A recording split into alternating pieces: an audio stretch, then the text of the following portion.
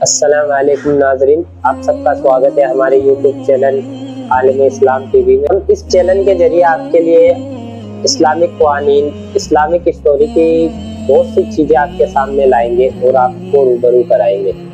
تو یہ ساری باتیں جاننے کے لیے، اسلامک ویڈیوز کے لیے ہمارے چینل کو سبسکرائب کیجیے اور بیل آئیکن کو بھی دبا دیجیے۔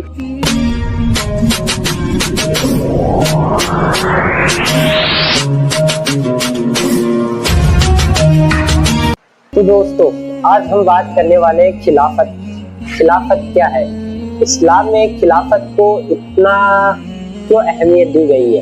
خلافت ایک اہم حصہ ہے اسلام میں۔ خلافت کا خلافت ہوتی ہے وہ عالم اسلام میں، دنیا میں جہاں بھی مسلمان موجود ہیں، ان کے حقوق کے لیے، ان کے انصاف کے لیے کام کرتی ہے، چاہے وہ دنیا کے کسی بھی کونے میں ہو۔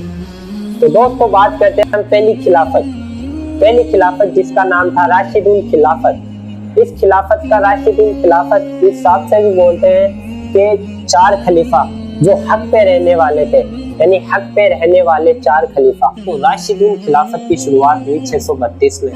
پہلے خلیفہ بنے حضرت ابو بکر صدیق رضی اللہ تعالیٰ عنہ، پھر اس کے بعد میں آئے حضرت عمر بن خطاب رضی اللہ تعالیٰ عنہ، پھر تیسرے خلیفہ بنے حضرت عثمان غنی رضی اللہ تعالیٰ عنہ، پھر چوتھے خلیفہ بنے حضرت علی کرم اللہ وجہ۔ دوستو، یہ خلافت ایک ایسی خلافت تھی جو حقیقی میں حضور کی سنتوں پہ، حضور کے حکم کے اوپر چلنے والی خلافت بنی۔ یہی ایک خلافت تھی جو حقیقی معنی میں اسلامک قوانین کے اوپر چلی ہے۔ پھر دوستو، راشد الخلافت ختم ہوئی 662 میں۔ دوستو، بات کرتے ہیں ہم دوسری خلافت کی۔ دوسری خلافت دوسری خلافت کی شروعات کی معاویہ نے۔ تو معاویہ نے اس خلافت کی شروعات کی 662 میں۔ جب تک یہ خلافت معاویہ کے پاس تھی تب تک تو ٹھیک تھی، یہ صحیح ڈھنگ سے چل رہی تھی، مگر جب سے اس کا بیٹا یزید اس خلافت میں آیا، اس کے بعد اس یزید نے سارے قوانینوں کی دھجیاں اڑا دی، سارے اسلامک قوانینوں کی دھجیاں اڑا دی۔ یہ ایسے خلیفہ کے طور میں سامنے آیا جس نے حق اور باطل میں فرق کرنا چھوڑ دیا۔ حق کو اس نے رجوع پیچھے کی طرف کر دیا اور باطل کو آگے لے آیا۔ تو اس وجہ سے حضرت امام حسین نے بھی ان کی بیعت نہیں کی تھی۔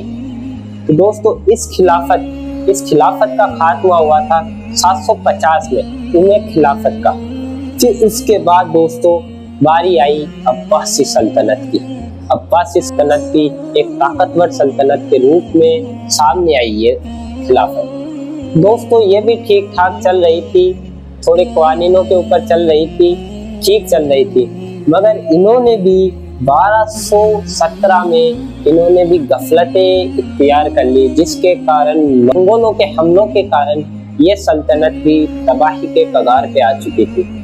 دوستو، منگولوں نے ایسی عراق میں گھس کر بغداد کو اس قدر برباد کیا کہ پھر کئی سالوں تک یہاں پر اگر کوئی بھی حکومت کرے، اس بربادی کو کور کرنا بہت مشکل کام تھا، کیونکہ یہ انہی کی غفلتوں کے کارن ہوا بغداد پہ حملہ۔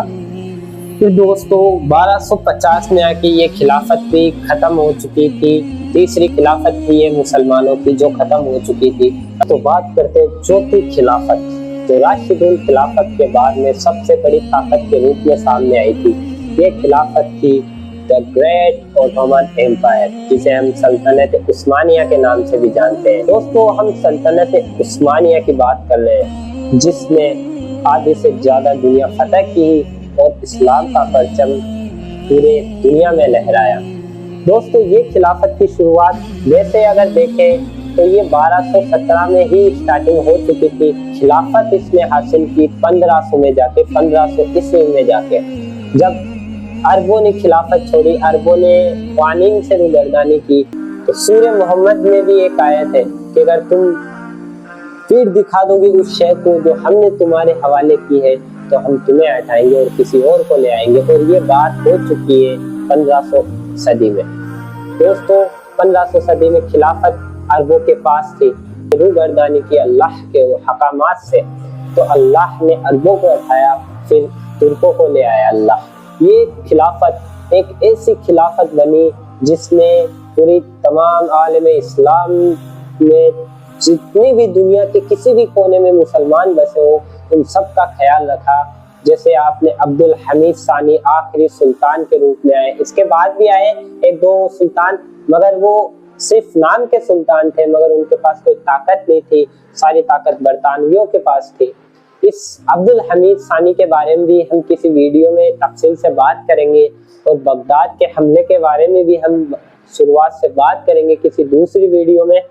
اس لیے دوستو ابھی تو آپ سے میں الوداع لیتا ہوں, پھر ملتے ہیں کسی نیکسٹ ویڈیو میں اور بھی بہترین جانکاری کے ساتھ.